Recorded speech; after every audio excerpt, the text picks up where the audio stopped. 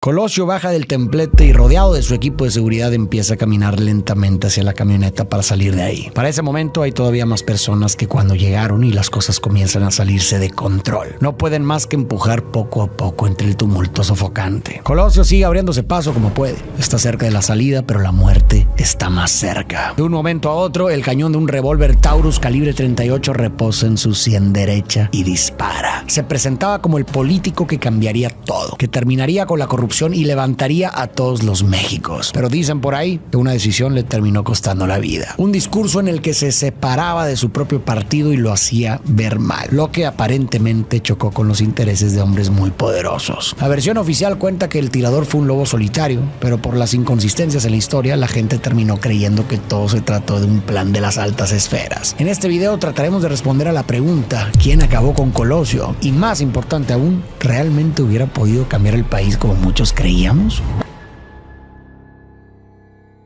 Luis Donaldo Colosio Murrieta nace el 10 de febrero de 1950 en un pequeño pueblo sonorense llamado Magdalena de Quino. No crece en cuna de oro, pero vive una vida en donde nada le falta. Su padre, Luis Colosio Fernández, trabajaba en la minería. Después termina la carrera de contador y entra a una empacadora de carnes, donde aprende liderazgo y con esto comienza a avanzar en el sindicato de obreros hasta llegar a ser el secretario del ayuntamiento de Magdalena, desde donde trabaja para mejorar la vida de los habitantes del pueblo. Durante su infancia y juventud, Colosio se vuelve un estudiante brillante y en 1967 empieza a participar en un movimiento estudiantil que protestaba contra la intervención militar en universidades autónomas estatales, movimientos que crean en él ideas sobre la justicia, la libertad y el liderazgo. Aunque su padre eventualmente le pide que abandone el movimiento y lo manda para la ciudad de Culiacán, esas convicciones no desaparecen. Al contrario, se instauran en su forma de pensar y moldearán su forma de actuar. Para la universidad entra al TEC de Monterrey a estudiar economía. El primer semestre se lo paga su padre, pero para el resto de la carrera consigue ser becado. Además, trabaja para la universidad como prefecto, ganándose así la comida y la estancia. Después entra a la Universidad de Filadelfia para una maestría en desarrollo urbano y posteriormente hace un internado en el Instituto Internacional de Análisis de Sistemas Aplicados en Austria. Pero es hasta 1979, mismo año en que regresa a México, que comienza oficialmente con su carrera política, pues se afilia al Partido Revolucionario Institucional, mejor conocido como PRI. ¿Y por qué al PRI y no a otros partidos? Por dos razones. Primero, por la influencia de su padre. Y segundo, porque en este momento de la historia, el PRI era el único partido al que valía la pena unirse si querías hacer cambios en el país desde el gobierno, pues era el único que ganaba las elecciones. Como miembro del partido, Colosio comienza trabajando en comités y comisiones de desarrollo y de administración de presupuesto, pero resulta ser especialmente bueno como mediador de disputas y desacuerdos entre miembros, posiblemente por su experiencia en los movimientos estudiantiles. Esta habilidad y su buen trabajo comienzan a hacer que su nombre suene por los círculos, pero lo que verdaderamente le hace dar el siguiente paso es un contacto muy especial. Por medio de amigos que hizo en Filadelfia, conoce a un no tan calvo Carlos Salinas de Gortari. En ese momento aún no era presidente de México, solo era director general de Hacienda en el gobierno del presidente José López Portillo. Colosio y Salinas se hacen cercanos, pues además de pertenecer al mismo partido y ser economistas, ambos comparten una visión neoliberal parecida para el futuro del país. En estos años, Colosio también toma un trabajo como profesor de economía en la Universidad de Anáhuac, en donde conoce a Diana Laura Riojas, una mujer con la que en 1982 se termina casando. Ese mismo año, Miguel de la Madrid, quien era el jefe de Carlos Salinas de Gortari en la Secretaría de Hacienda, asciende a la presidencia. Y con un nuevo gabinete, el presidente necesita nuevas personas al mando, por lo que Colosio es llamado para trabajar en la Secretaría de Programación y Presupuesto, muy probablemente por recomendación de Salinas. El 31 de julio de 1985, Colosio y Diana Laura reciben a su primer hijo, llamado Luis Donaldo Colosio Riojas. Pero esta alegría se vería opacada tan solo 2 meses después, debido a que en 1985 un terremoto azota la Ciudad de México. Pero este terremoto también azota la imagen del gobierno del PRI, pues tuvieron una pésima gestión al momento de ayudar a la ciudadanía. Ese mismo año, Colosio da un paso al frente para postularse como diputado de Sonora y termina ganando. Y al poco tiempo también consigue el puesto de senador de Sonora. Pero tan solo 2 años después, Carlos Salinas de Gortari, que también había estado escalando cargos públicos, elige a Colosio como coordinador de su campaña presidencial para las elecciones que vienen. Este puesto es sumamente importante porque Gortari fue el coordinador de campaña de Miguel de la Madrid. Y si este patrón continúa, hay grandes probabilidades de que Colosio termine siendo candidato a la presidencia. Así que se empieza a volver una figura relativamente mediática.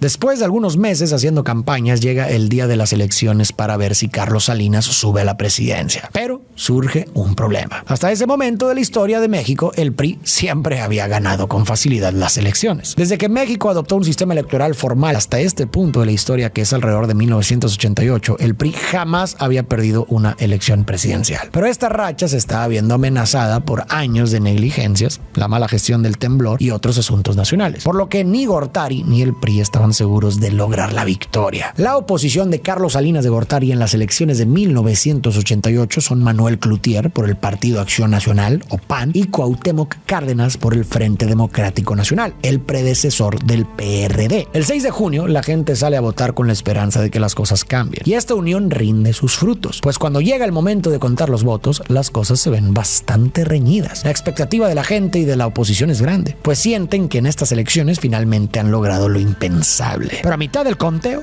algo desconcertante ocurre. El sistema de cómputo que cuenta y registra los votos deja de funcionar y en consecuencia los resultados dejan de ser reportados en vivo. Pero cuando el sistema se restablece, Salinas con el partido del PRI aparece en la delantera, lo que termina dándole la victoria por la presidencia de México. Antes de continuar con el video, quiero hacerle una pequeña mención a CyberGhost, el patrocinador del video de hoy, y un VPN que tiene más de 20,000 excelentes reseñas en Trustpilot, lo que nos indica que es uno de los mejores VPNs que existen.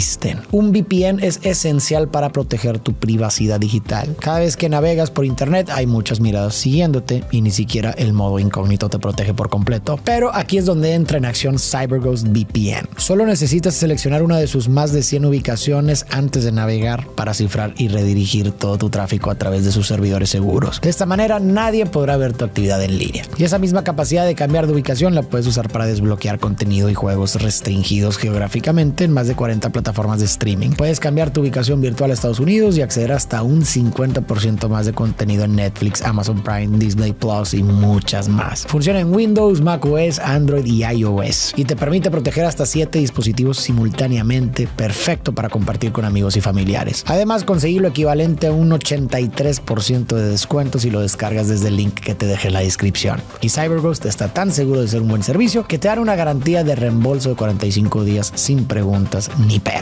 Y si te registras a través de nuestro enlace en la descripción, también nos estarás ayudando a seguir creando más contenido como este. Y ahora, volvamos al video.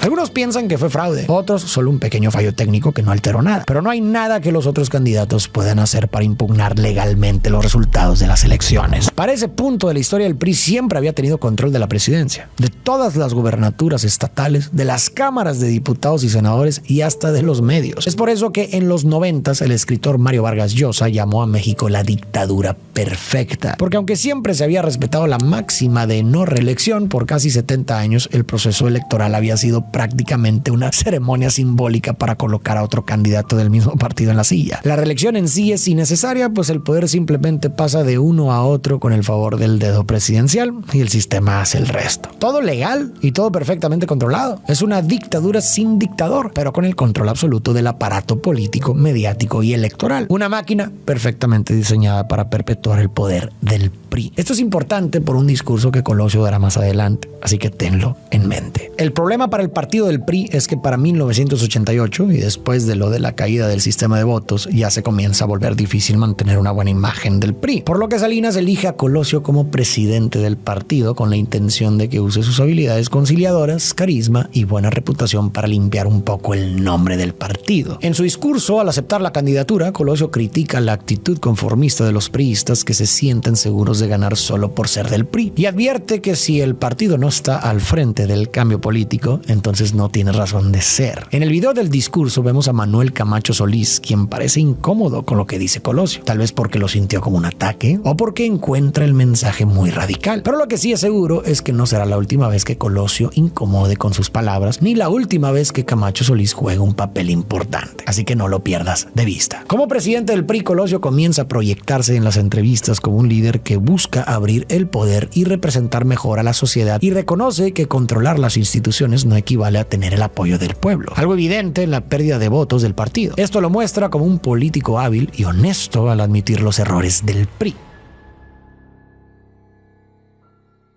Otra de las misiones de Colosio, al ser presidente del PRI, era garantizar victorias en todos los niveles para mantener la mayoría del partido. Sin embargo, en 1989, el PRI pierde Baja California frente al PAN, marcando la primera vez que otro partido gana una gobernatura en México. Un hecho histórico y un duro golpe que Colosio tuvo que enfrentar. Sin embargo, una enorme tragedia llega a su vida el siguiente año. En marzo de 1990, Diana Laura, su esposa, es diagnosticada con un peligroso cáncer pancreático. Para 1992 la vida de Colosio se torna complicada. Por un lado, el cáncer de Diana Laura aumenta, por lo que Colosio debe bajar su carga de trabajo para apoyar a su esposa cuando lo necesita. Por otro lado, Colosio deja de ser responsable de las victorias o derrotas del PRI, ya que Salinas lo nombra secretario de Desarrollo Social y lo pone al frente del Programa Nacional de Solidaridad. Este programa busca impulsar el bienestar a través de inversión pública y trabajo en conjunto con las comunidades. Desde Sedesol, Colosio ayuda a restaurar hospitales y caminos, llevar agua y electricidad a zonas marginadas y construir o reparar escuelas en todo el país. Todos estos esfuerzos lo acercan a la gente más vulnerable, en particular en Chiapas, que tiene un problema histórico de repartición de tierras y desigualdad social generado por la discriminación y los abusos hacia los pueblos indígenas. Además, estar en el gabinete del presidente también lo acerca aún más al puesto más alto del gobierno, la presidencia. Esto es porque existía una larga tradición en la política mexicana que acostumbraba a que antes de terminar un sexenio, los medios comenzaban a hablar de los posibles próximos candidatos para las elecciones. Y entre esos presidenciables, usualmente era elegido como el candidato final al coordinador de campaña presidencial anterior, o sea, el puesto que ha desempeñado Colosio. Pero, aunque tenga la ventaja, Colosio no es el único competidor para las elecciones que se aproximan. Su rival más fuerte, y también hombre de confianza de Salinas, es Manuel Camacho Solís, entonces secretario de Relaciones Exteriores. Y sobre este contexto, la serie de Netflix del 2019 inicia. Sobre un PRI menos popular que nunca, sobre un Manuel Camacho queriendo la candidatura y sobre un Colosio que tiene el sueño de ser presidente, pero que no vivirá para experimentarlo. Salinas, Colosio y sus guardias trotan por un bosque. Colosio se adelanta y tiene una plática con Salinas. Ahí el presidente le da la gran noticia de que será el próximo candidato a la presidencia. Una noticia que pone a Colosio muy feliz. Salinas ha dicho que eligió a Colosio por su experiencia como legislador, presidente del partido y por su trabajo en Sedesol. Además, proyectaba una imagen humilde por sus orígenes en el pueblo de Sonora. Era carismático y representaba una cara joven y fresca, algo que el PRI ansiaba en esos momentos si no quería seguir perdiendo popularidad. Después de ser elegido como candidato para continuar el legado del PRI, vemos a Colosio despejando su mente jugando béisbol, su deporte favorito. De pronto, aparece el hermano de Salinas con una carpeta llena de nombres de donantes y las cantidades aportadas, claramente esperando favores a cambio. Pero Colosio no quiere comprometerse y rechaza las donaciones. El hermano se molesta y le advierte en una especie de amenaza que, aunque ya fue elegido, Carlos Salinas aún puede cambiar de opinión. Ahora, no hay pruebas de que esto haya ocurrido realmente. Parece más una dramatización útil para entender el fenómeno del dedazo, o sea, el poder que tiene el presidente para nombrar y también quitar al candidato de su partido, algo que tendrá importancia más adelante. Otro problema para Colosio surge en 1993 cuando Manuel Camacho Solís comienza a quejarse públicamente por no haber sido elegido como candidato. En la serie lo retratan visiblemente molesto al no asistir a la gala del PRI en honor a Colosio y al no haber felicitado en persona por haber sido elegido. Pero las cosas están por ponerse feas, así que presta atención. Al principios de los 90, el gobierno de Salinas avanza con una imagen de modernización y progreso. El gran logro de su gobierno es el Tratado de Libre Comercio de América del Norte, que permite el comercio sin aranceles entre México, Estados Unidos y Canadá. Esto mejora varios indicadores económicos y fortalece la relación con el extranjero, pero también deja a mucha gente atrás. Uno de los sectores más afectados es el campesinado indígena del sur del país, especialmente en Chiapas, donde los agricultores e indígenas no pueden competir con las grandes empresas extranjeras. Se sienten olvidados, pero también traicionados, pues durante su campaña, Salinas había prometido solucionar el problema de repartición de tierras, que llevaba décadas cocinándose, pero en lugar de cumplir esta promesa rápido, puso sus esfuerzos en estos acuerdos comerciales del Tratado de Libre Comercio. En respuesta, un grupo insurgente que llevaba años organizándose decide actuar. El 1 de enero de 1994, el mismo día que entra en vigor el Tratado de Libre Comercio, el Ejército Zapatista de Liberación Nacional toma varios municipios en México y declaran la guerra al gobierno, con la intención de denunciar el abandono y exigir autonomía. El gobierno responde primero con violencia, lo que lastima muchísimo más la ya frágil imagen del PRI. Recordemos que venimos venimos de un terremoto donde se actuó incompetentemente, de unas elecciones que muchos creyeron fueron una mentira, y ahora de campesinos exigiendo sus derechos siendo violentados. Las críticas incluso se vuelven internacionales, por lo que Salinas decide cambiar de estrategia y nombra a un comisionado de paz. Y en una decisión muy polémica, elige a Manuel Camacho Solís, rival político de Luis Donaldo Colosio. Este era el tema más caliente del momento, así que Camacho acapara la atención mediática. Se le ve negociando con los zapatistas, encabezando ruedas de prensa y siendo presentado como el político que enfrenta la crisis, lo que literalmente deja a Colosio en la segunda o tercera plana de los periódicos, atrapado en una campaña opacada por el ejército zapatista, por el Tratado de Libre Comercio, por la imagen de Camacho y sin rumbo ni apoyo por parte de su partido. Toda esta situación genera rumores y dudas como que Salinas había dejado de respaldar a Colosio o si iba a ser reemplazado por Camacho, y aunque el presidente intenta calmar las aguas con la frase "no se hagan bolas, el candidato es Colosio", la duda ya está sembrada. La campaña pierde fuerza, los mítines se vacían y la gente empieza a ver a Colosio como parte del mismo sistema que dicen querer cambiar, como si Colosio fuera simplemente una extensión o un títere de Salinas. Para Colosio este momento es clave, pues posiblemente se da cuenta de tres cosas. Uno, que la imagen del PRI está totalmente desgastada y al ser el candidato oficial, esto también lo ensucia a él. Dos, que no tiene el control total sobre su campaña ni sobre los mensajes que afectan su imagen. Y tres, que seguramente nada garantiza su candidatura. Si deja de ser útil al sistema, puede ser reemplazado en cualquier momento por alguien más popular que vaya a ganar más votos. Y por todas estas razones, Colosio decide actuar dando un discurso que muchos piensan le terminó costando la vida. El 6 de marzo de 1994, en el Monumento a la Revolución Mexicana de la Ciudad de México y en el aniversario 65 del PRI, Colosio da un discurso que rompe con Salinas de Gortari y con el mismo PRI, lo cual se gana el corazón de la gente. Pero muchos dicen que también firma su sentencia de muerte. En este insólito discurso, en parte basado en Tengo un sueño de Martin Luther King, Colosio reconoce la existencia de los muchos Méxicos, desde el México campesino y rural hasta el México empresario y citadino, y desde el México vibrante y próspero hasta el México marginado y desesperado. Pero sobre todo reconoce y puede ver un México con hambre y sed de justicia, por lo que denuncia abiertamente el autoritarismo, la corrupción, el abuso del poder y el excesivo control que tiene su propio partido y presidente sobre el país. Todas y cada una de las personas a las que les queda el saco escuchan sus palabras con atención, incluyendo Camacho Solís y los Salinas. Este es el punto en que Colosio entiende que si continúa alineado al poder, simplemente no va a poder ganar las elecciones. En consecuencia, empieza a tomar distancia y a tratar de cambiar su discurso, con la intención de dejar claro que es alguien con visión propia y no otro de los candidatos impuestos por el PRI. Al día siguiente vemos en la serie que Colosio vuelve a ejercitarse con Salinas y hablan del discurso. El presidente entiende que el distanciamiento fue una jugada inteligente. No lo toma personal y sabe que Colosio está marcando territorio. Pero Salinas también le recuerda que lo que acaba de hacer le ha ganado la desconfianza de muchos miembros del partido que necesitará si gana las elecciones. Y ahora se ha quedado solo. E incluso puede ser que con algunos enemigos.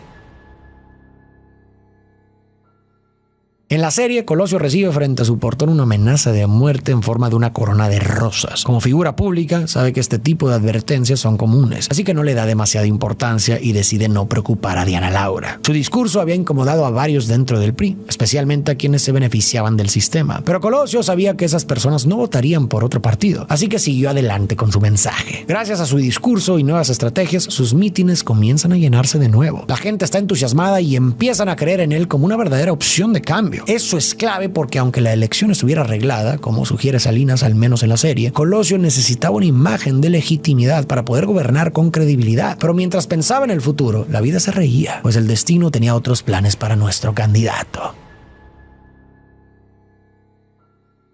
Como parte de su gira de campaña, Colosio tiene programada una visita a Tijuana, en un barrio de bajos recursos llamado Lomas Taurinas. Este mitin es con mucha cercanía a la gente, pues Colosio decidió llevar una campaña presidencial lo más cerca de la gente posible, con la intención de que se vea cómo Colosio confía en el pueblo y cómo el pueblo confía en él. Además, Lomas Taurinas tiene una gran cantidad de votantes priistas que apoyan al partido y sus candidatos, lo que hace que Colosio se sienta confiado de mantener el nivel de seguridad al mínimo. El principal encargado encargado de la seguridad de Colosio es el coronel Domiro García del Estado Mayor Presidencial o EMP, quien es el que da la orden de reducir bastante las medidas de seguridad que se tomarán durante el mitin. Prácticamente solo contrata a un par de grupos civiles de seguridad afiliados al PRI llamados Tucán y Omega, compuestos principalmente por ex policías priistas. Colosio viaja desde La Paz hasta el aeropuerto de Tijuana y 42 minutos después llega a Lomas Taurinas. Al llegar al lugar, tanto él como su equipo se percatan de que la planeación del evento es un desastre de seguridad. Tienen que subir una empinada colina y miles de personas rodeándolos para poder llegar al lugar donde tiene que dar su discurso. Pero a Colosio no le importa.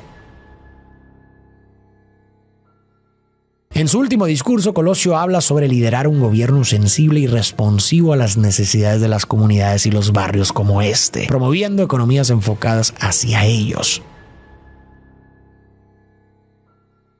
Colosio baja del templete y, rodeado de su equipo de seguridad, empieza a caminar lentamente hacia la camioneta para salir de ahí. Para ese momento hay todavía más personas que cuando llegaron y las cosas comienzan a salirse de control. No pueden más que empujar poco a poco entre el tumulto sofocante. Colosio sigue abriéndose paso como puede. Está cerca de la salida, pero la muerte está más cerca. De un momento a otro, el cañón de un revólver Taurus calibre 38 reposa en su sien derecha y dispara. 2 balas lo impactan directamente, una en la cabeza y otra en el abdomen. Parece haber más pánico que oxígeno en el aire. La multitud se parte en 2. Unos agarran al posible culpable y otros intentan sacar a Colosio de ahí, si es que sigue con vida. La multitud enloquecida reprende a un joven de 24 años llamado Mario Aburto, quien intenta aminorar su culpabilidad acusando a otro hombre mayor de haber participado en el asesinato. Y este hombre mayor, llamado Vicente Mayoral, también es aprehendido por las masas confundidas. Aunque los 2 únicos arrestos capturados en cámara son los de ese hombre y Aburto, también cae una persona que intenta huir de la escena con la chaqueta ensangrentada, llamado Jorge Antonio Sánchez Ortega. Cuando el MP mete a Aburto en una camioneta y empieza a irse, el miedo ya no es que Aburto huya, sino que el gobierno lo desaparezca, lo cambie o lo torture para que diga lo que quieran y volverlo un chivo expiatorio. David Rubí, un policía del Grupo Táctico Especial de Tijuana, que fue excluido de la seguridad pero se presentó al mitin de forma encubierta bajo órdenes del gobernador, teme esto también. Así que los detiene a punta de pistola hasta que se identifiquen y se sube a la camioneta con ellos para asegurarse que no se pierdan en el camino. Esto sucede en la serie y es completamente verídico. Así de profundo es el nivel de desconfianza y la intensidad de la paranoia que se vive en Lomas Taurinas y en México. Colosio llega al Hospital General de Tijuana. El personal médico y mediático ya lo espera. Para este punto, prácticamente todo México sabe lo que está pasando, a excepción de Diana Laura, quien llega al hospital pensando que Colosio había sido golpeado en la cabeza con un palo, porque eso fue lo único que se atrevieron a decirle sus escoltas. En las afueras del hospital, la gente prende veladoras, reza y varios se ofrecen como donadores de sangre si Colosio así lo llegase a necesitar. Sin embargo, al poco tiempo, Colosio sufre un paro cardiorrespiratorio irreversible. Luis Donaldo Colosio Murrieta es declarado muerto un 23 de marzo a las 7:45 de la noche. Los encargados de la campaña hacen llamadas a Salinas y a los dirigentes del PRI, entre ellos Ernesto Zedillo, el coordinador de la campaña de Colosio. Una de las doctoras que intentó salvarle la vida a Colosio notó algo extraño en el proceso, pero de eso hablaremos un poco después, así que manténlo en mente. Diana Laura se va a casa de una amiga, pero no a descansar, sino a prender la tele y seguir la noticia. Después de postergarlo un poco, un vocero comunica el deceso a los medios, seguido de un comunicado oficial del presidente Salinas. Todo está siendo reportado en vivo por el noticiero del legendario periodista Jacobo Zabludovsky, que tiene al país entero esperando con ansias cualquier actualización de este asesinato, cualquier pieza de información que haga que todo tenga sentido. Sin embargo, hasta la fecha, México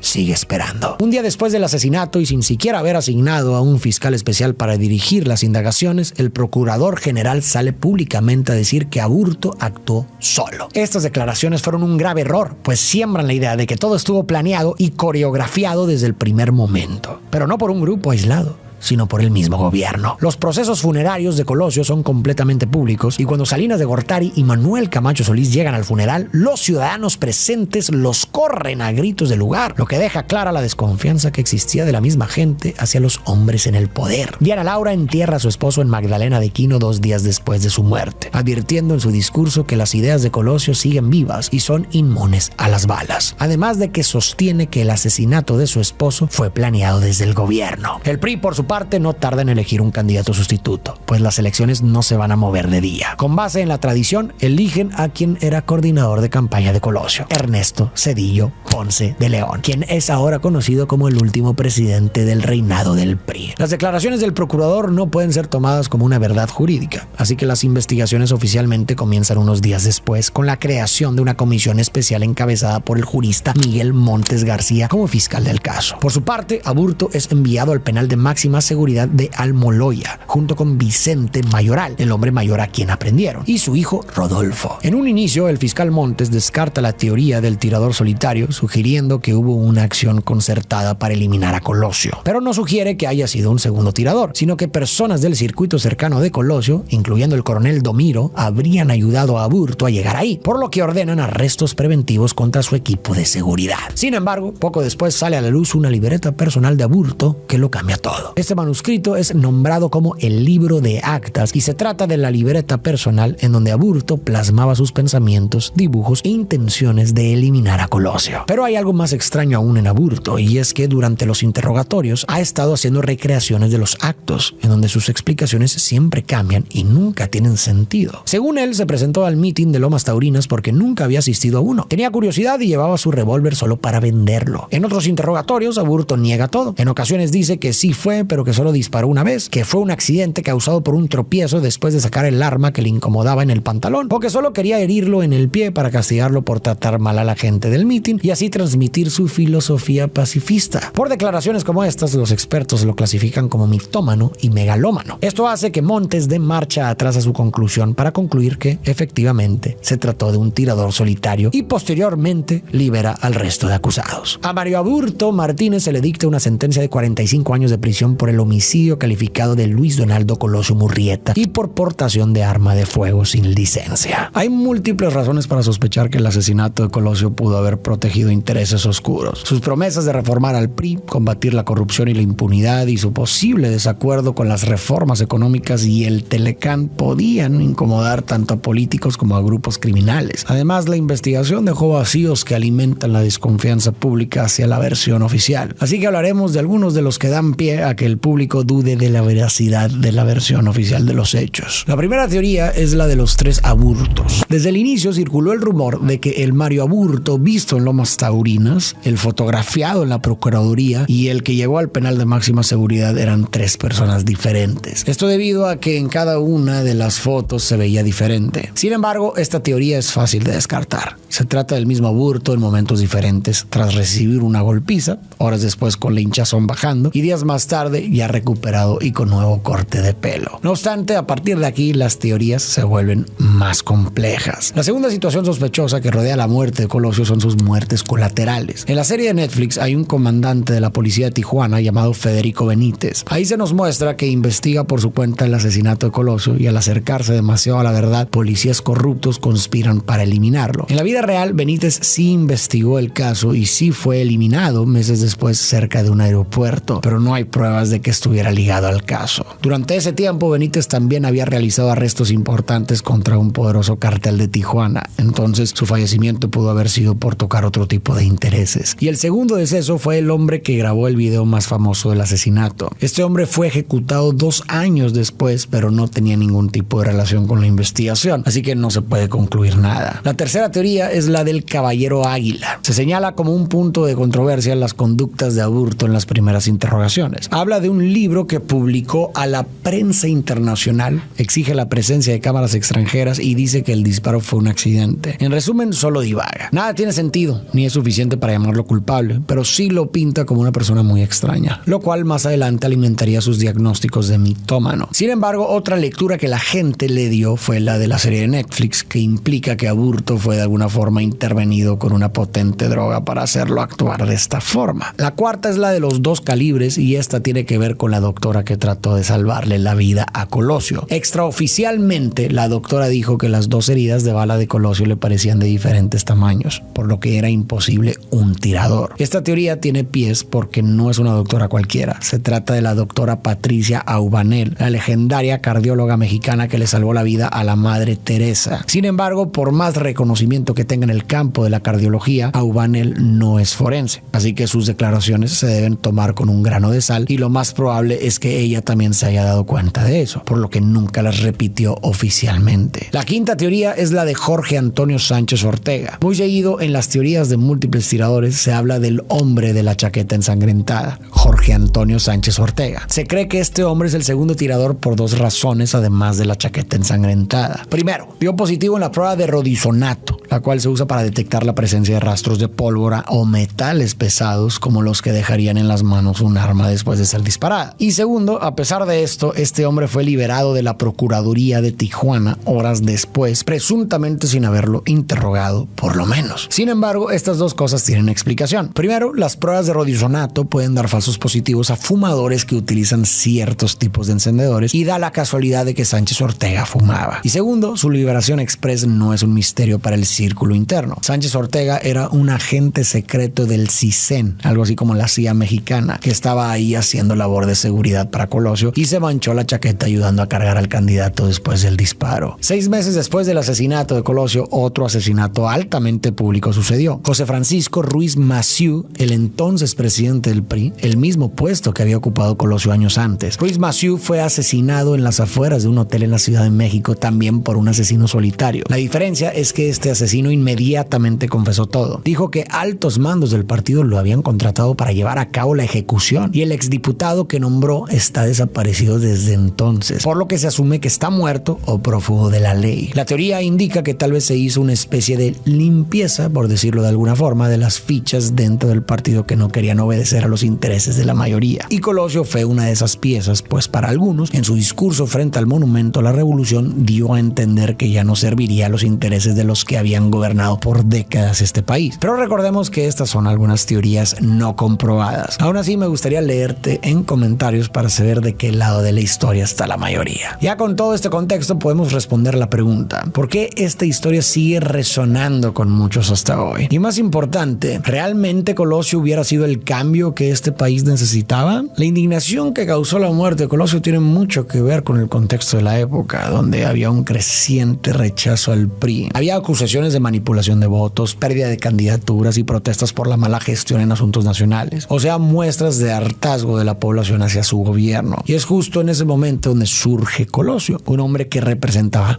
lo contrario. Alguien que entendió los dolores del pueblo, que no tenía problema con admitir que su mismo partido había hecho mal, que podía conciliar y miraba a todos los Méxicos, y que por lo tanto se volvió símbolo de que las cosas podían cambiar para bien. Pero ¿realmente Colosio iba a hacer un cambio? Pues es muy difícil determinar qué hubiera pasado. Pero lo más probable es que, si bien hubiera habido algunas mejoras para cierta parte de la población, lo más probable es que en el gran esquema de las cosas, la realidad del país no hubiera cambiado tanto como se proyectaba. Lo vimos poco tiempo después con Vicente Fox. En el año 2000, México se vistió de blanco para ir a votar con la esperanza de que después de 70 años un nuevo político de un nuevo partido cambiara años de injusticias. Y aunque sí hubo mejoras como la alternancia política y estabilidad macroeconómica, para muchas personas el resultado no estuvo a la altura de la enorme esperanza que representaba. Con el tiempo incluso surgieron escándalos de corrupción que, cierto o no, terminaron por manchar la imagen del cambio que la gente esperaba. Pero con Colosio pasó algo diferente. Al morir siendo ese símbolo, lo que representaba en ese momento se totalizó. Solo la experiencia podría haber cambiado el significado de su figura, pero esa experiencia nunca llegó. Y así, con algo de tiempo, dejó de ser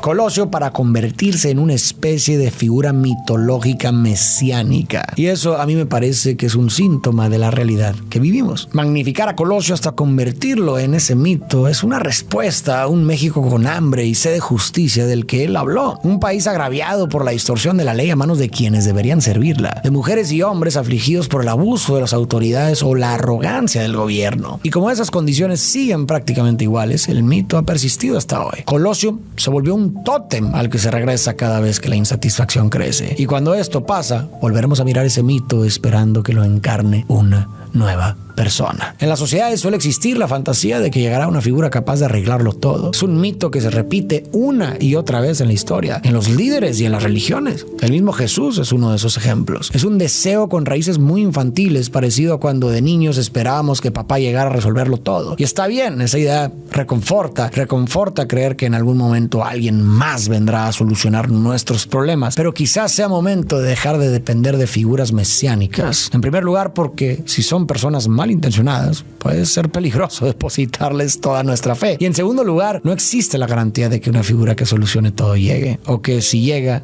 no termine decepcionándonos. Tal vez el verdadero espíritu de Colosio lo podamos encarnar como un colectivo, que no esperemos a que una persona llegue para cambiar las cosas, sino que todos juntos seamos ese cambio.